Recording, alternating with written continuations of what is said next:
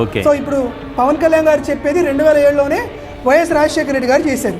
రాజశేఖర రెడ్డి గారు ముఖ్యమంత్రి అయిన తర్వాత 2007లో హిందూ ధర్మ ప్రచార పరిషత్ అని చెప్పి హెచ్డిపిపి అని దాన్ని రెనోవేట్ చేసి దాన్ని తారాస్థాయికి హిందూ ధర్మ ప్రచార కార్యక్రమాలు చేయాలనేటువంటి ఉద్దేశంతో దీన్ని ముందుకు తీసుకొని వెళ్ళే కార్యక్రమం చేశారు. దీని మెయిన్ ఉద్దేశం ఏంటంటే to promote and propagate and preserve the Hindu సనాతన ధర్మం. ఈ హిందూ ధర్మ పరిషత్ ప్రచార పరిషత్ ఏమేం ప్రాజెక్టులు చేస్తుందంటే శ్రీ శ్రీనివాస కళ్యాణం ప్రచార పరిషత్ అండి. మీరు చేసేటువంటి ప్రాజెక్టులు ఏంటంటే శ్రీ శ్రీనివాస కళ్యాణం, మనగుడి, శుభప్రదం, నాద నీరాజనం, అదేవిధంగా కైసికేయ ద్వాదశి, యువాలయం, కళా నీరాజనం, భక్తి చైతన్య యాత్రాస్, ఇటువంటి ప్రాజెక్టులు కూడా చేస్తూ ఉంటుంది ఈ హిందూ ధర్మ ప్రచార పరిషత్.